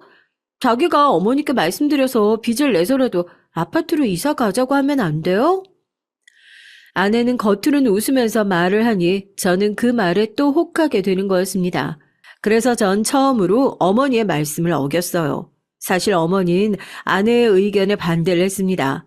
오히려 애라도 생기기 전엔 절대 이사를 갈 수 없다고 알 수 없는 고집을 부리셨어요. 어머니, 희영이가 이 집이 좁다고 말하고 있어요. 전 이 정도로 괜찮다고 생각하지만 희영이가 불편하면 저도 못 견딜 것 같거든요. 우리 이사 가요. 네? 희영이가 원하는 대로 한번 져주시면 안 될까요? 대신에 제가 희영이랑 어머니 잘 모실게요. 글쎄, 이 애미가 보기엔 아들이 그 애한테 휘둘리고 있는 거 아니니? 엄마가 노파심에 얘기하는 건데 초장의 마누라한테 휘둘리기 시작하면 답이 없어. 그러니까 이번엔 네가 며느리한테 이사 안 간다고 강하게 말 좀 해줘. 엄마는 이 집에서 이사 가기 싫다. 반찬 가게랑 거리도 딱이고 살다 보니 이 집에 정이 들어서 못 떠나겠어. 그때부터 어머니와 아내는 일종의 기싸움을 시작했던 것이었죠. 전 전혀 몰랐지만 말이에요. 집안에서 제가 좀 눈치가 없는 편이었나 봅니다. 어쨌든 전 제 아내의 손을 들어줬고 어머니는 그때부터 아내에게 좋지 않은 감정을 갖게 되신 것이었어요. 그리고 아내 역시 시어머니를 달가워하지 않았습니다. 겉으론 전혀 티를 내지 않았지만 말이에요. 어머니는 어쩔 수 없이 대치동을 떠나 저희와 함께 강북으로 이사를 갔습니다. 전 그래도 10년을 잘 살고 있던 동네인 대치동에서 멀지 않은 곳에 집을 얻고 싶었지만 현실적으로 돈이 모자랐어요. 그래서 상대적으로 집값이 싼 강북을 고르게 됐죠. 어머니는 10년이 넘게 둥지를 틀고 살았던 대치동을 떠나는 것을 서운해하셨고요. 하지만 아내는 제가 이겼다고 생각했는지 결혼하고 신혼여행 가서도 싱글벙글 했습니다. 사실 신혼여행도 저와 아내는 의견이 달랐지만 제가 아내의 의견에 그냥 따랐어요. 전 휴양이 좋아서 동남아를 가고 싶었지만 아내는 유럽 여행이 로망이었다고 했거든요. 전 걷고 유적 보고 박물관을 관람하는 것보다 바다에서 스노클링하고 럭셔리 호텔에서 조식도 먹고 싶었거든요. 하지만 제가 그 말을 꺼내자 희영이는 또 서운한 기색을 내비치면서 말끝을 흐리는 것이었습니다. 자기가 정 고집을 부린다면 동남아도 나쁘진 않지만 나 대학 때부터 유럽 일주가 꿈이었는데 이번에도 내 말 좀 들어주면 안 돼? 평생 한 번뿐인 신혼여행인데 앞으로 가기 힘든 유럽 가는 게 낫잖아. 동남아는 애들 낳고 아이들이랑 같이 가도 되고. 아내가 이렇게 말하는데 설득이 안 될 재주가 없더라고요. 전 할 수 없이 이번에도 아내에게 졌습니다. 신혼여행도 뭔가 여행 취향이 맞는 사람이랑 같이 갔으면 좋았을 텐데 완벽히 아내만 즐긴 신혼여행을 전 갔다 와서도 좀 찝찝하더라고요. 지금 생각해보니 처음부터 아내는 저와 우리 어머니를 자기 마음대로 휘둘러 온 것 같습니다. 생각하니 또 열받네요. 그 웃는 얼굴 뒤에 검은 속내를 감추고 있었다고 생각을 하니까 전 아내가 끔찍하고 소름이 돋아요. 아무튼 신혼여행을 다녀온 후 처갓집에 처음 갔을 때 장모님은 진지한 얼굴로 제 손을 잡고 말씀하셨어요. 장모님 본인 딸이지만 희영이가 가끔은 무서울 때가 있다고요. 처음 장모님께 그런 얘기를 들었을 때 전 믿지 않았습니다. 장모님이 그냥 저를 놀리려고 하는 거라고만 생각했으니까요. 우리 희영이가 평소에는 얌전하고 착한데 말이야. 가끔 참을성이 좀 없어서 큰일일세. 어떤 한계점을 넘잖아? 그러면 갑자기 그냥 확 변해서 좀 폭력적이 된다니까. 그러니 자네도 우리 희영이 비위 잘 맞추고 살아야 할 거야. 난 걔가 고등학교 때 그 애랑 한 번 싸운 적이 있는데, 아휴, 그 눈빛이 아직도 잊혀지지를 않아. 아이, 장모님 농담하지 마세요. 우리 혜영이 사귀면서 저한테 한 번도 대든 적 없고 너무 착했어요. 괜히 저 가지고 장난치려고 하시는 말씀이죠? 이 사람이, 난 정말 자네가 걱정돼서 그래. 내가 왜 비싼 밥 먹고 헛소리를 하겠어. 애 아빠도 걔가 한번 성질을 부리면 못 말려. 저는 모르는 사람들에게만 그 정의감 넘치는 아내의 모습이 어떻게 변한다는 건지 도저히 감도 잡을 수 없었어요. 그래도 살면서 얼마나 부딪힐 일이 많겠어요. 저도 무난한 성격이고 저희 어머니도 함부로 시어머니 노릇할 분은 아니거든요. 그래서 전 장모님의 경고를 무시했었습니다. 지금은 후회가 되지만 말이에요. 그렇게 우리의 결혼 생활은 첫 1년간 별 탈 없이 흘러갔습니다. 집을 구하는 것부터 혼수 가전까지 모든 것이 아내의 의도대로 흘러갔으니 평화로웠을 테죠. 만약 혹시 저나 우리 어머니가 아내에게 반기를 든다거나 불만을 토했다면 아내는 더 일찍 본색을 드러냈을지도 모르겠어요. 그만큼 아내는 결혼한 후에 교묘하게 모든 행사나 일들을 자기 의도대로 움직여 갔습니다. 전 결혼을 하고 맞는 첫 어머니의 환갑생신을 좀 성대하게 치러드리고 싶었어요. 그래서 어머니 몰래 뷔페를 알아보고 있었고요. 그런데 아내는 저와 생각이 달랐습니다. 오빠, 어머님 말이야. 꼭 환갑을 맞았다고 잔치를 해야 될까? 요즘에 환갑보단 칠순잔치를 하는 걸로 알고 있는데 그냥 동네 친구분들이랑 여행이나 다녀오시라고 권해보는 거 어떨까? 우리 엄마가 친구가 별로 없으셔. 그리고 엄만 매번 반찬 가게 나가시느라 맛난 음식 한 번 못 드시는데 여행이야 내년 생신 때 보내드려도 되지만 음식 맛있는 뷔페에서 엄마 모시고 식사 한번 해야지. 아내는 결혼하고 처음으로 자기 의견이 받아들여지지 않자 삐쳐서는 일주일이 넘도록 아무 말도 안 하더라고요. 제가 그렇게 잘못한 것 같진 않았는데 여러분은 어떻게 생각하세요? 제가 잘못했다고 생각하시나요? 전 아직도 잘 모르겠습니다. 어쨌든 결혼 후 처음으로 제 마음대로 어머니 생신잔치를 열어드렸어요. 엄마 쪽 친척들도 모이고 아버지 형제분들도 오셨고요. 제 결혼식 이후 1년 반 만에 가족들이 모이니까 무척 시끌벅적했습니다. 그리고 어머니는 그 분위기를 아주 좋아하셨고요. 역시 어머니의 마음을 잘 아는 것은 저였습니다. 아이고 우리 효자 아들, 내 너마저 없었으면 어떡할 뻔했니. 네 아버지 그렇게 돌아가신 게 한이 되는구나. 지금 살아계셨으면 얼마나 좋을까. 아이고. 어머니 고정하세요. 울지 마시고요. 아버지 대신 이렇게 든든한 아들이 있잖아요. 엄마 오래오래 저랑 같이 행복하게 살아요. 제가 어머니께 이런 말을 하자 아내의 얼굴이 조금 찌푸려졌습니다. 하지만 전 그날 내내 아내의 얼굴을 볼 새가 없어서 몰랐죠. 아내는 제가 너무 어머니만 생각하는 것 같다면서 서운해했습니다. 하지만 그땐 그럴 수밖에 없었어요. 그날 환갑잔치의 주인공은 제 아내가 아니고 저의 어머니이셨으니까요. 어머니의 기분이 상하지 않게 신경 쓰고 비위를 맞춰주는 것이 아들이 할 일이 아닐까요? 여러분은 어떻게 생각하시나요? 사실 제 회사 동료들 중에 유부남들은 하나같이 제가 너무 눈치가 없다고 했었습니다. 그들은 저보다 훨씬 객관적으로 아내를 봤고 제가 어머니에게만 신경을 많이 쓴다며 아내가 당연히 질투를 할 것이라고 충고를 했고요. 하지만 전 그때까지도 아내에게 콩깍지가 씌어 있었기 때문에 그런 일은 절대 없다고 호언장담을 했습니다. 선배님, 제 아내가 얼마나 조용하고 얌전한 애인지 몰라요. 신입사원 때 그 과장한테 대들었을 땐 과장이 잘못하신 부분이었잖아요. 저라도 그런 상황에서 화를 냈을 겁니다. 아니야, 민호 씨가 몰라서 그래. 난 일적으로 희영 씨랑 같이 해야 하는 부분이 많잖아. 그럴 때마다 희영 씨 본성 나와. 얼마나 무서운지 모를 거야. 어? 아, 모르는 게 낫지. 그 선배의 말대로 세상엔 몰랐으면 더 좋을 일들도 너무나 많죠. 그러나 어느 날부터 아내는 제 어머니에게 히스테리를 부리기도 했다고 합니다. 그것도 제가 없는 날만 교묘하게 말이죠. 제가 부서를 영업부로 옮긴 후부터 저는 미국에 출장을 한 달에 한 번씩 가게 됐어요. 그땐 아내가 임신 준비를 한다고 휴직을 내고 집에서 쉬고 있을 때였습니다.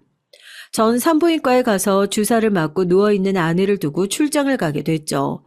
이 상황이 조금 걱정이 되긴 했지만 출장을 미룰 수도 없는 상황이라 전 어머니에게 아내의 간호를 부탁했습니다. 어머니, 희영이가 산부인과 갔다 오는 날은 좀 예민해 있거나 힘들어하니까 웬만하면 터치하지 말고 그대로 놔두세요. 그리고 저 다음 주 월요일에 오니까 한 일주일 두 사람만 계시게 생겼네요. 우리 아내 좀 잘 부탁할게요, 어머니. 어머니는 걱정하지 말고 저나 몸 조심하고 잘 다녀오라며 웃으셨죠. 그러나 전 그날따라 어머니의 웃음이 괜히 억지스러운 느낌이 나는 거예요. 전 떨어지지 않는 발걸음을 겨우 떼어 미국 출장길에 올랐습니다. 낮에는 열심히 바이어들을 만나고 일을 했지만 호텔방에서 혼자 누워있을 아내와 어머니의 얼굴이 보고 싶고 그 두 사람이 잘 지내고 있는지 궁금해졌어요. 전 호텔에서 침대에 누운 채로 어머니에게 전화를 걸었습니다. 뉴욕은 밤이지만 한국은 낮이니까 어머님 반찬 가게에 계시겠거니 했거든요. 하지만 어머님 꽤 오랫동안 전화를 받지 않으셨어요. 전 괜히 조바심이 나서 이번엔 아내에게 전화를 해봤죠. 하지만 아내 역시 전화는 받지 않았습니다. 전 슬슬 화가 났어요. 아내가 받을 때까지 전화를 수십 번이나 했죠. 그랬더니 아내는 마지못해 받았다는 기색이 역력하더라고요. 당신 무슨 일이에요? 나 물걸레 청소하느라고 바쁜데. 어머니께 무슨 일 있어? 아까까지 수십 통 전화를 했는데 안 받으셔서 말이야. 반찬 가게 쉬시나? 아, 당신 내가 아니라 어머니 행방 알려고 나한테 전화한 거였어요? 됐어요. 어머니는 내가 통제하는 사람도 아닌데 그걸 내가 어떻게 알아요? 아내는 무뚝뚝하게 저에게 톡 쏘아대더니 내가 뭐라고 말할 새도 없이 뚝 끊어버리고 말았습니다.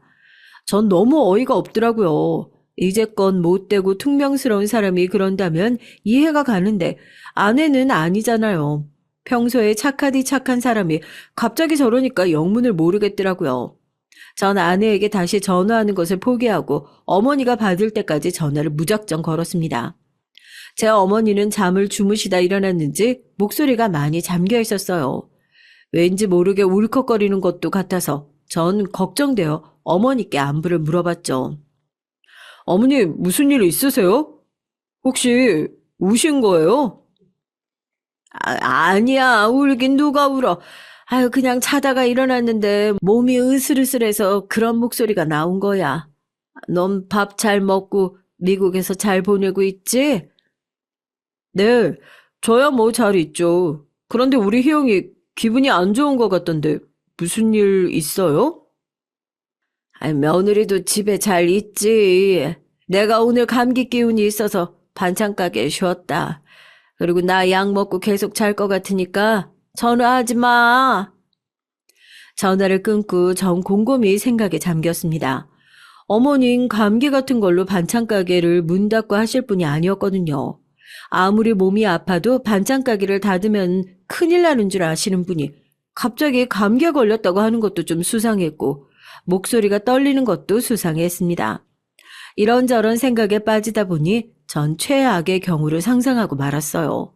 그것은 제 아내가 어머니를 학대하고 괴롭히는 상상이었습니다. 방 안에서 꼼짝 말고 있으라고 어머니께 함부로 소리치는 아내의 모습이 자꾸 겹쳐 보여서 전 침대에서 벌떡 일어나 정신없이 일을 하기 시작했어요. 어떻게든 일정을 앞당겨 집에 한번 가봐야겠다는 생각이 들었거든요. 아무 일이 없다는 것을 제 눈으로 확인을 하고 안심을 했으면 하고 격하게 바라게 됐습니다. 그래서 전 원래 일주일 일정이었던 출장을 하루 저녁 앞당겨 미국에서 출발을 했어요. 당연히 어머니와 아내에겐 일정이 변경된 것을 말하지 않았죠. 집에 몰래 들어가서 도대체 어떤 일이 일어나고 있는지 보고 싶었기 때문입니다. 제가 아내에게 전화를 한 것이 목요일쯤이었는데 토요일까지였던 일정을 당겨 금요일 오후 비행기를 타게 됐어요. 아내는 제가 토요일 오전이나 오후 비행기로 오는 줄 알고 있었으니까요. 저는 제발 제 예상이 전혀 틀렸기를 빌고 또 빌었습니다. 하지만 황당하고 어이없게도 제 예상은 보기 좋게 빗나가고 말았습니다. 제가 집에 도착하자마자 아내의 화난 목소리가 온 집안에서 쩌렁쩌렁 울려대고 있었어요. 아내는 어머니에게 소리를 지르느라 제가 들어오는 소리도 못 들은 모양이에요. 그런데 귀에 들리는 그 아내의 고함 소리의 내용은 제게는 더 끔찍했습니다. 어머니, 청소해놓으라고 한 지가 언젠데 아직까지 누워만 있어요? 제 말이 말 같지가 않으세요? 얼른 일어나란 말이에요. 이 먼지 좀 봐. 어머니, 왜 이렇게 게으르세요? 예, 희영아. 시애미가 너무 힘이 들어. 나 정말 아프단 말이다. 청소는 네가 좀 해줘라. 제발 나 좀 내버려둬. 어머니의 힘없는 목소리에 뒤이어 짝 하는 소리가 울려 퍼졌습니다. 전 눈을 의심하고 귀를 의심할 수밖에 없었어요. 글쎄 아내가 억지로 제 어머니를 일으켜 세우더니 따귀를 날려버리는 게 아니겠어요? 그리고 제 아내의 입에서 나온 말은 더 가관이었습니다. 시끄러워요. 어머니 꾀병 부리시는 거 제가 하루 이틀 봐요? 얼른 일어나서 방 정리나 하라고요. 냄새나. 어머니 방에서 노인네 냄새 나잖아요. 얼른 방 치우라고요. 어머니는 어안이 벙벙하여 며느리에게 맞은 뺨을 부여잡고 눈물을 흘리고 계셨습니다. 그 장면을 목격하자마자 전 눈이 확 돌아버리고 말았죠. 얼른 달려가서 어머니와 아내를 떼어놓은 후 어머니를 품에 감싸 안고 아내에게 소리쳤습니다. 당신, 이게 뭐하는 짓이야? 어머, 오빠, 내일 와야 되는 거 아니에요? 어쩌다가 집에 이렇게 일찍 왔어요. 내가 묻는 말에 대답부터 하라고. 왜 어머니 뺨을 때려? 당신이 뭔데? 당신 설마 나 없을 때 우리 엄마 학대한 거야? 당신 미쳤어? 제정신이냐고. 전 정신없이 그 자리에 주저앉은 어머니를 두고 아내에게 다가가 아내의 뺨을 힘껏 후려쳤습니다. 아내는 제가 그럴 줄은 몰랐었는지 벌겋게 부은 뺨을 붙들고 어이가 없어 한참 동안 저를 멍하니 바라보더라고요. 그러다 아는 악에 받쳐 고래고래 소리를 질렀습니다. 왜 때려? 당신이 뭔데 날 때려? 도대체 내가 뭘 잘못했다고 때리니? 그래, 어머니 방 청소 좀 하라고 한 게 그렇게 잘못됐어? 당신 너무 무섭다. 이런 사람이었어? 왜 우리 어머니 뺨을 때렸는지부터 말해봐. 나 없을 때 당신 이따위로 어머니께 함부로 대했니? 예, 민호야, 그만해라. 며느리가 잘못한 거 아니야. 예미가 잘못했다. 제발 나 때문에 싸우지 말어, 응? 아이고. 어머니는 무서워서 벌벌 떨면서 저와 아내의 싸움을 말리셨습니다. 하지만 저희 둘 다 씩씩거리느라 어머니가 말리는 것 따윈 눈에 들어오지도 않았어요. 전 아내의 멱살을 잡았고 아내는 제 얼굴을 밀어대다 손톱으로 제 얼굴에 상처를 냈고요.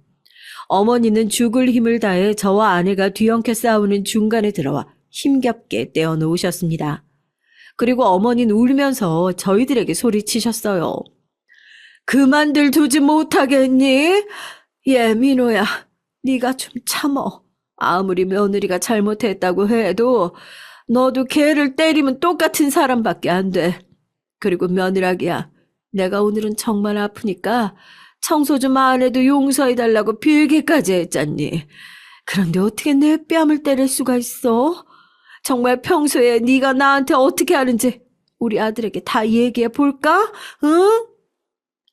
어머니의 일갈에 아내와 전 입을 다물 수밖에 없었습니다. 제가 집에 없을 때 정말 아내가 어머니를 학대하긴 한 모양이었어요. 어머니가 저렇게까지 말씀하시는 분이 아닌데 말이죠. 어머니는 저와 아내를 무릎 꿇리고 일장연설을 하셨습니다. 너희들 말이야, 이 애미가 뒷방 늙은이라고 얕보고 있는 거니? 나 아직 그럴 나이 아니란 거 너희들이 더 잘 알잖아. 이제 60대 초반에 내가 왜 이런 취급을 받아야 돼? 며느라기, 네가 한번 말해봐라. 어머니, 잘못했어요. 어머님 뺨 때린 건 제가 사과할게요. 하지만 어머니 요즘 제 말을 너무 안 들어주시잖아요. 제가 어머니가 하라면 뭐든지 다 하는 하녀도 아니고요. 뭐? 엄마한테 당신 그럼 집안일을 다 시켰어? 그동안 당신이 청소하고 빨래하고 했던 게 아니야? 휴직계 내고 쉬고 있었으면 반찬 가게 일로 힘들어하는 어머니 대신에 그런 일들은 좀 해야 하는 거 아니야? 다들 자기 말만 하느라 집안은 다시 아수라장이 됐습니다. 어머니는 두통 때문에 들어가야겠다면서 어머니 방으로 들어가서 문을 잠그셨어요. 아내는 저를 한참 노려보다 아무 말 없이 안방 문을 쾅 닫고 들어갔습니다. 거실엔 저만 덩그러니 혼자 남게 됐죠. 전 분한 마음에 아내에게 어떻게 복수를 해야 하나 궁리하기 시작했습니다. 정말 이제까지 아내가 어머니를 하녀처럼 부려먹었다는 사실을 알고 나니 저절로 주먹이 꽉 쥐어지더라고요. 그때부터 지금까지 저의 마음은 한결같이 지옥 같았습니다. 전 일단 그날부터 아내의 일거수일투족을 자세히 관찰했어요. 제가 없을 때 어머니께 해코지하지 못하도록 아내 몰래 집안에 CCTV도 달았고요. 뭔가 하나라도 꼬투리가 잡히면 가차없이 아내를 몰아붙여서 이혼까지 가리라 결심했었습니다. 그만큼 전 어머니께 함부로 대한 제 아내를 용서할 수가 없었어요. 그리고 제가 출근해 있는 동안 아내가 어머니께 어떻게 대하는지 더 알아볼 필요도 있다고 생각했고요. 아내는 제가 CCTV를 설치한 것을 꿈에도 몰랐겠죠. 그래서였을까요? 아내는 제가 야근을 하거나 회식에 있을 때마다 반찬 가게를 닫고 집에 들어오신 어머니를 정말 하녀처럼 부려먹더라고요. 눈짓이나 손짓 하나로 어머니를 조랑하려 들며 아내는 어머니에게 막말도 서슴지 않았습니다.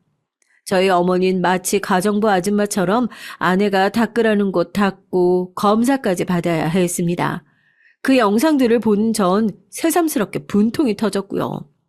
나중에 전 그 영상들을 빠짐없이 모아서 경찰서에 노인 학대로 신고를 했어요. 그리고 그 영상을 아내의 부모님에게도 보여드렸고요. 그러면서 전 장인 장모님께 단판을 지으러 갔습니다. 아내는 알지 못하게 혼자서요. 장모님, 저 이제 희영이랑 못 살 것 같습니다. 제 어머니가 희영이에게 학대당한 증거 동영상 보셨죠? 저 더 이상 못 참아요. 이혼 소송하겠습니다. 이서방, 제발 부탁이야.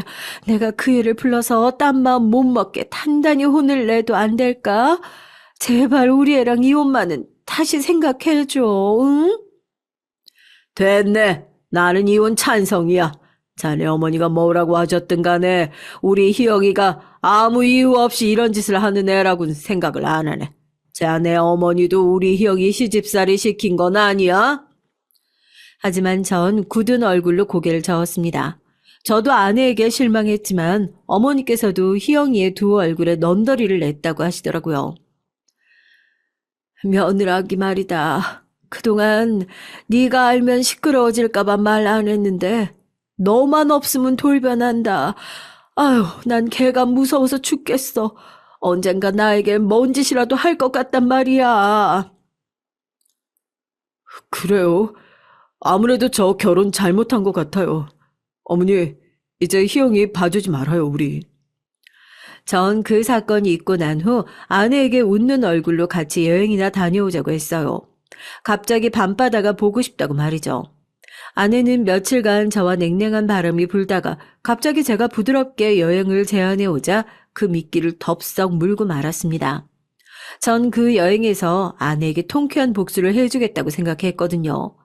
어머니는 집에 계시고 전 어느 날 밤 아내와 둘만의 여행을 핑계로 동해바다를 찾아갔습니다. 아내를 위해서 아주 예쁜 방을 잡았죠. 아내는 제 속도 모르고 들떠서 저에게 계속 말을 시켰어요. 제잘거리는 아내에게 적당히 웃으며 맞장구를 쳐줬습니다. 동해에 도착하니 아내는 밤바다를 보고 싶다고 하며 짐을 풀자마자 바닷가 모래사장으로 갔어요. 전 그 뒤 몇 발자국 뒤에서 아내를 따라갔죠. 아내는 웃으면서 저를 돌아봤습니다. 오빠, 그럼 저번에 있었던 일은 날 용서해 주는 거지? 나 당신이 화났을까 싶어서 말을 못 붙였던 거야. 어머니에겐 그렇게 할 수밖에 없었어. 어머니가 내가 시키는 일을 못 들은 척하고 날 무시하셨다니까. 나도 어머니랑 같이 살기 싫어. 분명히 힘도 있으시고 부탁 들어줄 만큼 피곤하지도 않으신데 요리조리 아프다고 집안일 안 하시고. 전 화가 나서 그 자리에 우뚝 서서 아내를 모래사장에 힘껏 밀어 넘어뜨렸어요. 그리고 전 무서운 얼굴로 아내에게 소리쳤습니다. 내가 너한테 용서란 말 다시는 입에 담을 줄 알아? 난 이제 내 인생에 너 따윈 지겹다. 아직도 정신을 못 차렸어? 어머니는 나한테 그런 분이 아니야. 네가 이제까지 어머니 학대한 거 나 다 알고 있다고. 우리 이쯤에서 끝내자. 이혼이야. 잘 살아. 그리고 전 뒤돌아보지 않고 달려서 차를 출발시켰어요. 전 아내를 그 밤 바다에 모래사장에 버려두고 집으로 혼자 와버린 것이었습니다. 네, 이것이 제가 할 수 있었던 아내에 대한 최대한의 복수였어요. 좀 유치할지도 모르지만 그 당시엔 그 정도밖엔 생각나지가 않았거든요. 그렇다고 제 성질대로 아내를 때릴 수도 없었고 그렇게 되면 이혼 소송할 때에 제가 가해자가 되니 여러모로 불리하니까요. 이것이 저와 아내 사이에 있었던 최근 사건입니다. 여러분들 어떻게 생각하시는지 궁금해요. 제가 참고 아내와 이혼을 하지 말아야 할까요? 아니면 이대로 아내를 정리해야 할까요? 소송은 준비하고 있지만 전 하루에도 몇 번씩 마음이 오락가락하고 심란합니다. 어머닌 제가 이혼을 결심했다고 하니까 그러지 말라고 말리세요. 아내가 임신 준비를 위해서 맞았던 호르몬 약 때문에 신경이 날카로워져서 그런 거라고 말이죠. 하지만 제 장인어른은 제 아내를 꼬드겨서 그냥 이참에 이혼을 하라고 압력을 넣고 계시는 중이에요. 제 사연은 여기서 끝입니다. 여러분들 부디 현명한 조언 부탁드리며 이 글을 마치겠습니다. 긴 사연 들어주셔서 감사합니다.